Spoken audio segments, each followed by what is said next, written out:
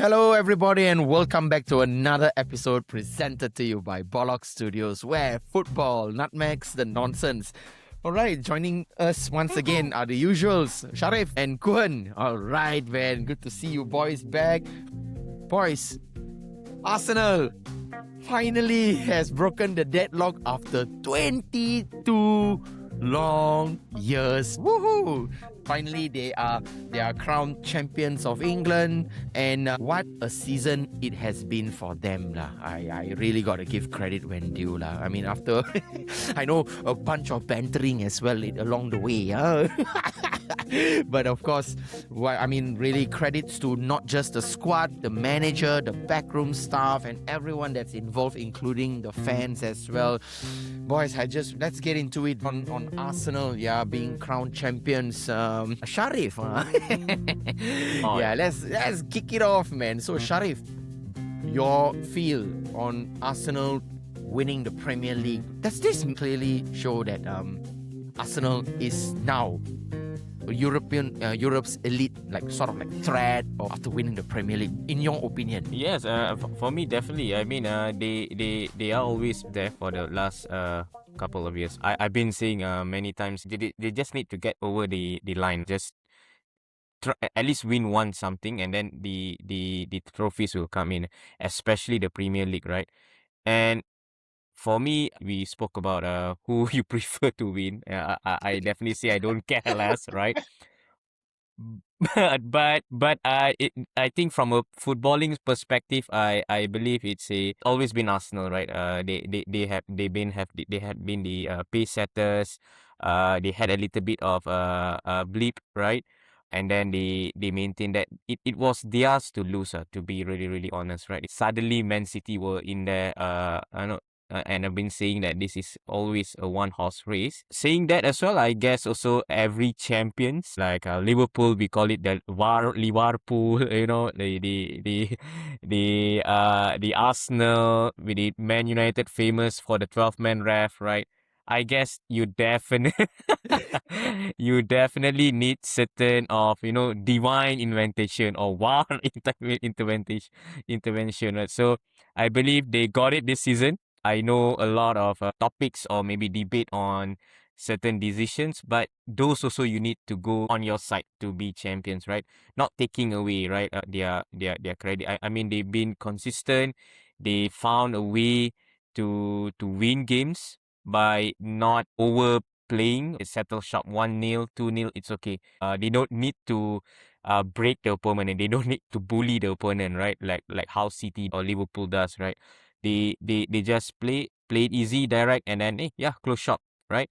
And I guess champions do not cut corners. So that's a saying also for Arsenal as well, right? So they found the corners, they found the throw-ins, they found the long balls, they found how to not to fall keepers, but when they do, it's a fall, right?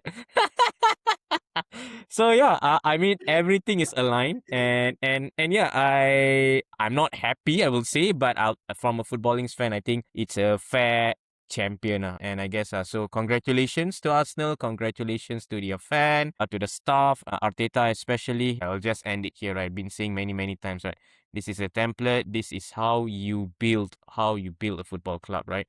5 years ago, they were in debt, right? They are only making revenue through Champions League slot, and then paying money of their installment to their stadium itself. Now look where they are, man. They could bring in good stuff, good set piece coach, psychologist, keeper. Same goes to right back as well. So there's always whether he need a striker. Finally he got Gyökeres. But everyone played a part, and it's not always a big signing. Like you see like Zubimendi, Calafiori, and so on, and you have your homegrown talent as well. I guess it's not only Europe. I guess if others team does not pick it up, or they go into all this again transition and rebuilding stuff, Arsenal will take it away, man, for the couple of years next. Yeah, at least this is where I see. I'd like to hear what Kuhan also think. I couldn't agree more, man. I really couldn't agree more. So, Kuhan, I know we had a fair share of how we have sort of poked the bear, but Yeah, but yeah, yeah. but but You actually. yeah. But Yeah. Kuhan, just to gather your thoughts, should Arsenal complete the double? I know in the previous pod you did highlight as well that it could potentially do the double. Do you think, in your opinion, Arsenal can do it against PSG? The answer is yes, but I don't want to talk about it Ooh. now. Okay, I don't. that we I save don't that want to for talk. next episode. I'm saving that for the next episode. Mm. But I have a 10-point dossier I want to talk about Arsenal. We saw the gameplay coming when City was coming very close to them. Arsenal lost the match. So this is the lesson we hear, that your past results do not determine your future results. And Arsenal played that well.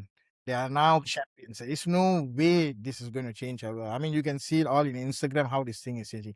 Second, out of this, Haaland is not going to be a poster boy for boy arrogance. The way he looked, telling Yep, about yep, show some respect and all these yep. things. So and then he looked in the Respect, camera, respect. and and and this one, he's going to be a poster boy for arrogance. Patrice Evra need to apologize. His former teammate Rio Ferdinand called him out for next Mhm, season FC because he can't mhm. use that anymore.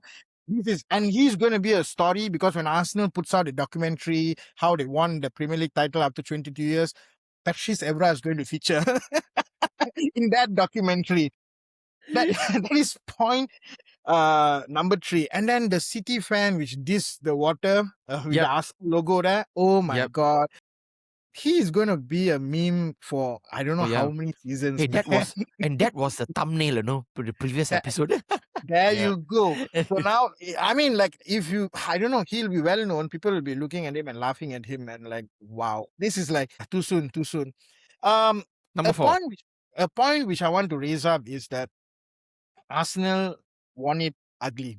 We all have to agree to that. Mm-hmm, This is not the Arsenal side we are used to seeing. mm-hmm, Especially if you watch football long enough, Arsenal has always been about the beautiful football. mm-hmm, But however, using set piece methods and everything, they did score a lot of goals. Even mm-hmm, their last goal as well, which clinched the title, so called, was also from a set piece. So this is how they won it. We have to put it in perspective.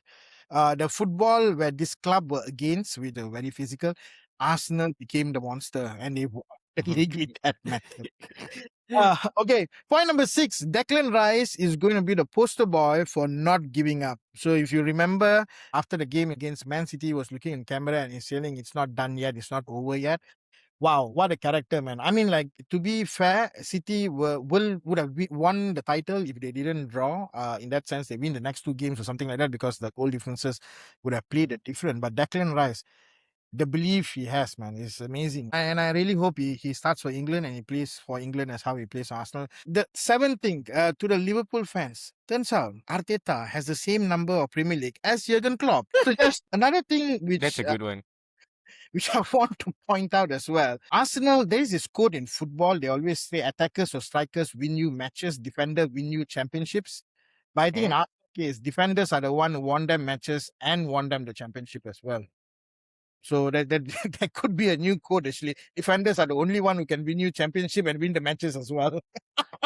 The rest of the players are for them to find corners, to get fouled, to get set pieces, so the defender can come and hit the ball in. The ninth one, MU is the only legacy top 4 club left which hasn't won a title yet. So I tried poking the bear, many bears in a lot of places regard to this. The reaction was incredible.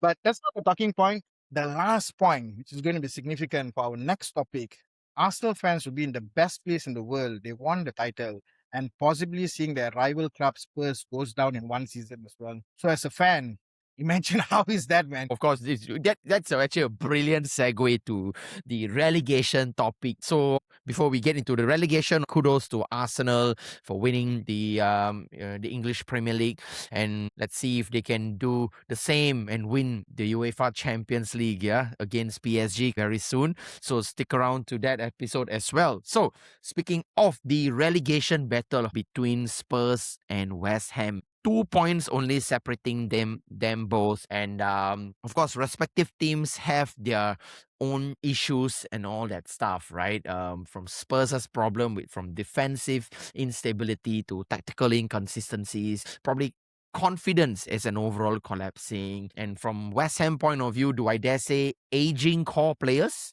I would like to think some degree of defensive vulnerability and their midfield intensity between both these between respective issues between both these teams. Sharif, which in your opinion is in more of a danger? Spurs or West Ham? I guess West Ham, goal difference does Oh. not look good as well, Mhm. right? Mhm. And they have to win, right? Even Mhm. though they win, and if Spurs win, then they will get relegated. That is why I guess their lifeline was the Arsenal game, and I got to bring back the foul on the goalkeeper. It was supposed to Yes. be yeah, right. I mean, we've been seeing that many times, and if that happened, maybe West Ham might have get a point, or maybe win the match, right? And we might be looking like what Kuhan is saying, maybe Spurs going down way earlier than now, right? I think Spurs is getting there. They were a little bit unlucky with Chelsea, but I do feel a little bit of the Zabinus, I don't know, right? That's the word, right? In Spurs right now, right? They are playing more confidently and more brave. So yeah, I feel West Ham has a much more uphill battle compared to Spurs. Spurs is going to play with Everton, and West Ham is going to play with Leeds. But then yeah, let's see. Right. So I know I highlighted in the name of aging squad players. To highlight just a few, right, from West Ham's side of things. Łukasz Fabianski is 41. You have Alphonse Areola, who is 33. Callum Wilson, 34. Thomas Suchek is 31. Dama Traore is 30. With the additions of Mateus Fernandes, at 21 years old, Haji Malik Diouf, who is 21 years old as well. So that kind of sort of averages out across 26.1 to 26.7 on average age of the entire squad, right? But still, some of the core areas are already aging. So Kuhan, with these having said, right, did it result to West Ham's sort of poor recruitment that has led them to eventually battle relegation alongside Spurs? I think a couple of things need to be pointed out actually. West Ham, yeah, they do have an aging squad. That is there for certain. They also sold a number of their players. Declan Rice a couple of seasons ago, and whether they improve or need or not, but as a squad, they're always skirting around that area. That is a telltale sign that is not good as well. Although you would say they have been playing quite well, much better than Spurs. With or without Deserby, they're not getting the results. And against their last match against Newcastle, they made a big tactical mistake in the first 20 minutes. Nuno had to immediately sub. They played a 3-back line, and Newcastle played okay as well. But at the same time, West Ham was also in patches. They were really good. So I feel that when I compare them with Spurs should have got a drawn with Chelsea at least, and big mistake in their defense. So, and this is not a Chelsea team which is on form to begin with. Mm-hmm. Yeah. So Everton is good at their place actually, and Everton away from is one of the best in the league. So this is going to be very tricky actually. So West Ham needs to win to survive no matter what, and they have to hope for Spurs to lose. Spurs, they need to dig results against Everton, and Everton is this one team which can be a boogie team. They're not an easy team to play around with. So yeah, Dang. that's the story. I don't know which game I'm going to watch. I don't know how to watch two games at a time, actually. Yeah, exactly. Yeah. Because all are playing at the same time. Exactly. The final game of the It'll be season. fun. Definitely, it'll be fun to see.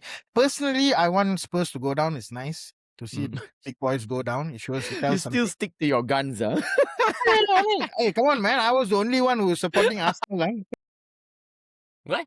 I checked the earlier podcast to see whether did I actually support them or not. And yes, I did. So yeah, so that's maybe I will not get lucky this time, I guess. I mean, looking at the table now, if Spurs get the results at Everton, then it's done already. So right now, how it looks like is West Ham is going down. And each time I'm seeing Spurs and West Ham playing, I'm seeing, wow, which player is going to come to my club?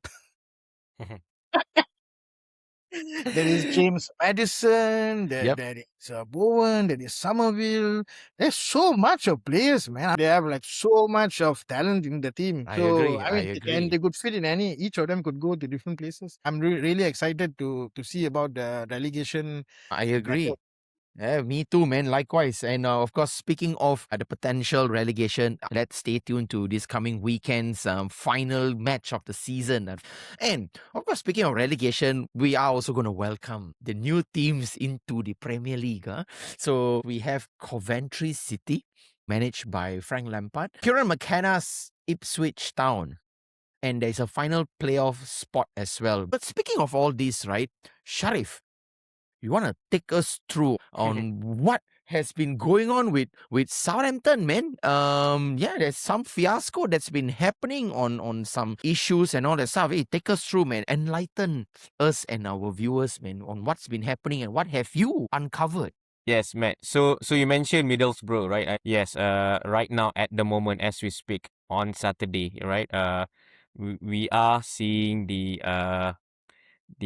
playoffs, right? It was early on was between Southampton and Hull City, and then what happened was that when they played Middlesbrough, Southampton during the semi-finals, Middlesbrough training or coaches or staff lodged a report that there was someone spying with an iPhone. Yeah. So it's not like in the spy movies, right? You see from telescopic or Yep, yep. night vision and everything, right? So it's just using phone just like that. Yes, they just hire, I do not know, any Dick, Tom, and Harry.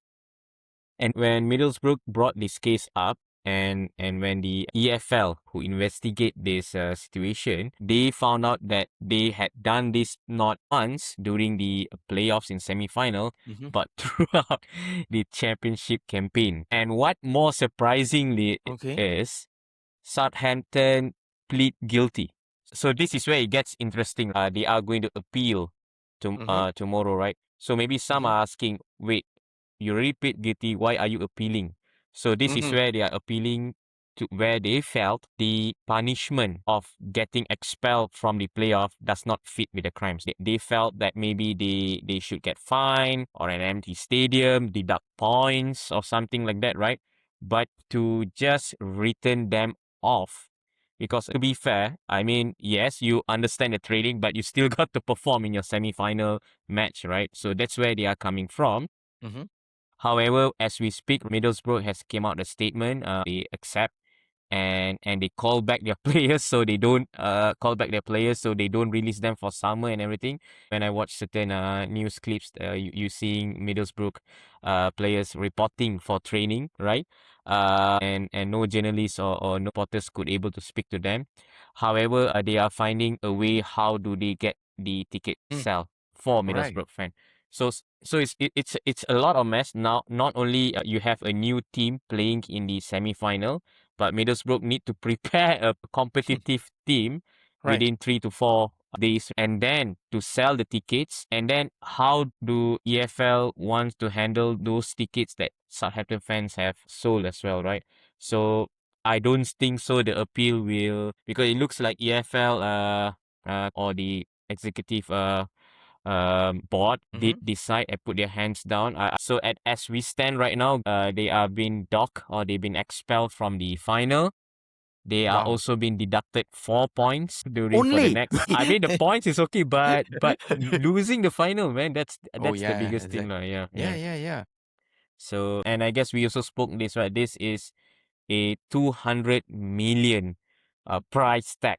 And you've seen Nottingham Forest who got the Mhm. money and then changed the whole keeper to attacker team, Yep. right? So Yep. that much of investment can a Mhm. club get as well. And if you lose as well, you're going to get compensated with certain TV rights and everything. It's one of the most watched footballing match in the world. So the second team who could not make it to promote it as well will have a bump of their investment or budget to invest back to their team. But yeah, chaos, man, messy. Wow. This is what's worse than a chaos, man. This is, I mean, this is bizarre, man, if you ask me. So, yeah, a pretty decent segue from the relegation to the upcoming promotions to the spycam. Mm. Oops, Spygate. not that kind of spycam. Huh? So, that one different topic. Huh? But anyway, moving on, boys. the managers that will be taking charge of their respective clubs, man. So we have gone from Michael Carrick yet to be announced as the permanent manager of Manchester United. The narratives are all out there and a lot of backing that he's gotten, not just from former players, even the pundits, etc., etc. But Shariff, Michael Carrick, a long-term project or a temporary optimism for Man United? I am a fan of Michael Carrick as a player. It's one of the player that we could not find a replacement. A composed midfield of deep-lying playmaker and transitions. On manager itself, it is a results game, right? And I guess you could say that Carrick got the job through the results or to what he has brought United where they are right now. He has been with Man United for, I will say, 5 months. But his winning games is equal with Ruben Amorim for 1.5 years. So that speaks volume, man. So he got us results. He got us to the Champions League. But this is a footballing perspective that I'm seeing. Definitely, I want Michael Carrick to do well for Man United. But deep down, at least for me, I feel the United board when they say that after they sack Ruben Amorim and then they brought in Darren Fletcher, they say they are going to go quote and unquote thorough assessment for the next manager. And I guess hiring Carrick is the most laziest recruitment ever for a club to take. A big statement, no, but okay, go on. Yeah. I guess some can argue, right? Well, that guy got us results, but at least I want to hear conversation that you approach the managers that's out there. That's a lot of managers. Roberto De Zerbi, where was his interview, right? Xabi Alonso, Jose Mourinho, who got the club right now, which we're going to touch as well, right? Yep. Any managers that you felt that EPL or Premier League material, right? Like Unai Emery or Iraola, whether they get or don't get, or whether it's fitting or not fitting, but where was that thorough assessment, right? So for me, I cannot avoid not to think that this is the same type of appointment when we appoint Ole, right? And then you left the board or the hierarchy no chance, no options to do rather than to hire you. But I guess it's fair, right? You have a strong candidate, but you got to have the thorough process of interview, assessment, calling in manager, looking at them. Luis Enrique also was in there as well, right? Until he decided to continue with his tenure or contract with PSG. So there were a lot of good managers out there, which is now they have got into a better club, better project. And now to answer your question, it all depends on Ineos itself. It's not for me to say, but I did not expect how the process of selection was done. I felt it can be better. If Ineos and Glazers felt this is going to be a long-term project, then I guess what type of role they are giving Michael Carrick is the type of players that we are bringing in as well. So we really need investment. And therefore, I think that right now, I would like to end the debate on Michael Carrick. We have a new manager. So for me, I guess the club hierarchy need to come out with a statement if they are backing Carrick and if you are looking for a proper project. And I would say some opportunity to bring players. Right. So from one club to another, Chelsea has signed Xabi Alonso. Kuhan, I know you're a big fan of Xabi Alonso back in his Liverpool days as a player, man. Being, a player that bossed the midfield back in his playing days for Liverpool. Now he's decided to take the job at Chelsea instead. As much as there are a lot of positives, but then the risk involved where, in general, chaotic ownership environment that he's going to be dealing with. So my question to you, Kuhan, your feel about Xabi Alonso being the sort of perfect manager to rebuild Chelsea, in your opinion? First of all, it's great to have someone like Xabi Alonso in Chelsea. I mean, he is a proper managerial prodigy. I mean, like his dad was a manager. He worked with Pep, Jose, Carlo Ancelotti, Rafa Benitez, name it. Like he is like the best student of the school, So it's a top rank. He did really amazing in Bayer Leverkusen. He went to Real Madrid. He has to handle a bunch of pansies. We can. So I mean, you can get the best professors and teachers, but then if your students are idiots, they're not gonna go. Real True, Madrid true, or true. not, it's a bunch of school kids. I hope they have more failures. And maybe Jose Mourinho coming might be giving them enough discipline. But this is the new generation of players we're dealing with. So I'm not sure is there a solution, whether Mourinho can give a solution for Real Madrid. But now, I'm sorry, I'm tensioning towards Jose Mourinho. I think Xabi Alonso will be a good manager. The understanding is that Chelsea is having a lot of young talents and will sell whoever they think they can sell. They didn't qualify for Champions League, so that means they're going to be a selling club for this season. So Xabi Alonso, I think he will go through a baptism by fire, meaning that he might not have a great Mhm. first season, Mhm. but even if you have a great first season, or not have a great first season, and then you continue to have a great first season, he's going to get sacked. Mhm. I mean, there's nothing more to talk about it. It's Chelsea.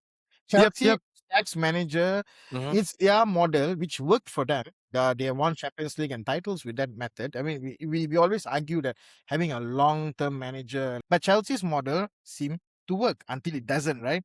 So they're not going to get results just like that. It's going to be a struggle for them. I mean, they will better than what they were, unless they go the other way around because there is an adjustment period for Premier League. But I think we have to know he'll get sacked eventually. Chelsea is a great place to get money quick, fast, and everything. That's the idea. I think a lot of Mhm. managers goes there, but I don't think it's going to be a legacy thing. Probably one cup at Hmm. best, or maybe Hmm. two. But then, of course, with when you were mentioning with Jose Mourinho taking the helm once again, yeah, of course, our favorite manager lah. All of us, huh? Yeah, Killing all me. of us, man. Yeah, exactly, right. Who doesn't love him lah? His charisma, the way he handles the press, and the way he gets the best out of the players. But considering in today's football, right, with the player egos in Real Madrid, you think Jose Mourinho can still pull up some tricks in his sleeve to manage? I think can. I believe in Jose, but I would like to definitely see how he is going to Mhm, handle Vinny Junior because mhm, they had a drama right with when they met in Benfica for the racial abuse. Jose is Jose. mhm. He Yep. definitely will know how to find winning ways. He made Benfica Mhm, unbeaten for their Primera Liga. Yep.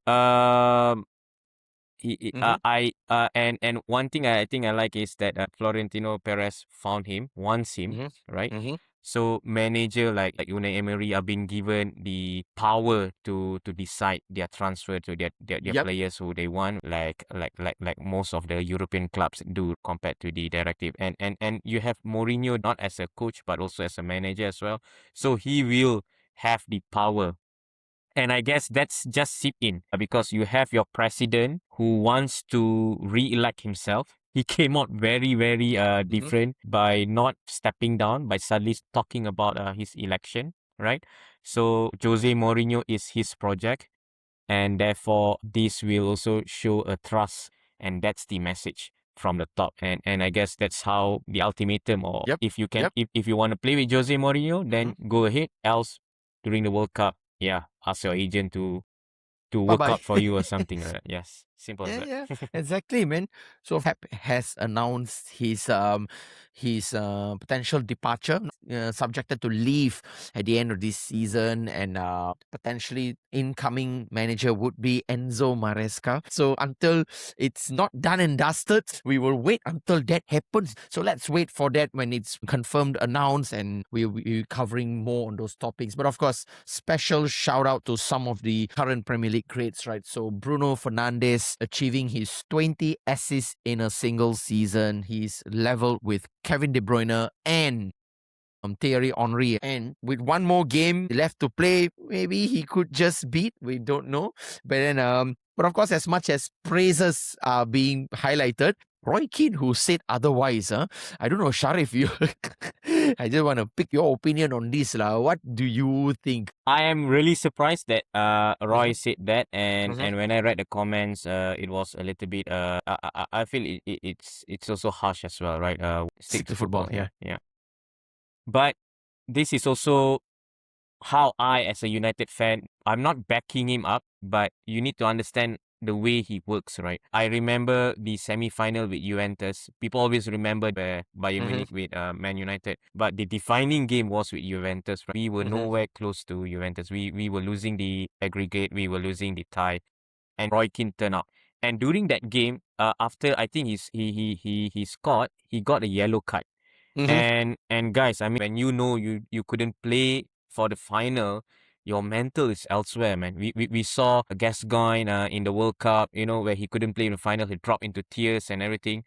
And so for me, that's a different people. Their process, it's different, right? And Roy Keane was just playing one of the best game ever while knowing that he could not be playing for the final, right?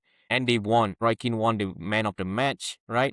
And Man United enter for the final of Champions League in 99, I would say down to Roy Keane. Even Sir Alex was saying as well. And after that, in the locker room, Sir Alex and all the players were giving him praise. And Roy Keane just mentioned he didn't like that. He just felt that as a Man United player, this is what you need to do. So you got to do more. That's a standard of being Man United player. That's no seat for just a passengers. When you're out there, you got to play.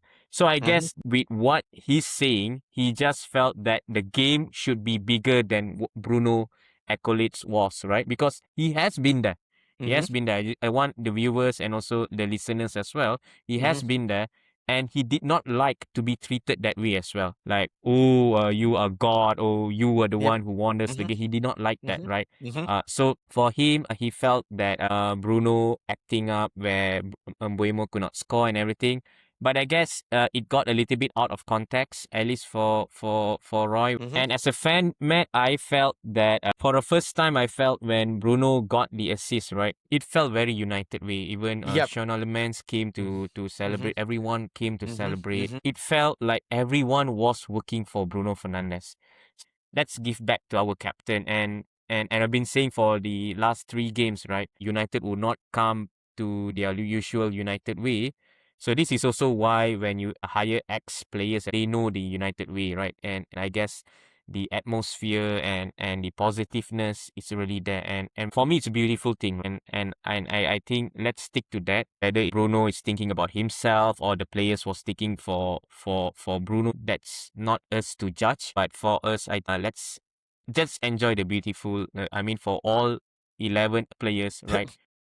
Finding, some are new, some has been playing for the club many years, some who are also want to score goals and everything, but all came together for Bruno.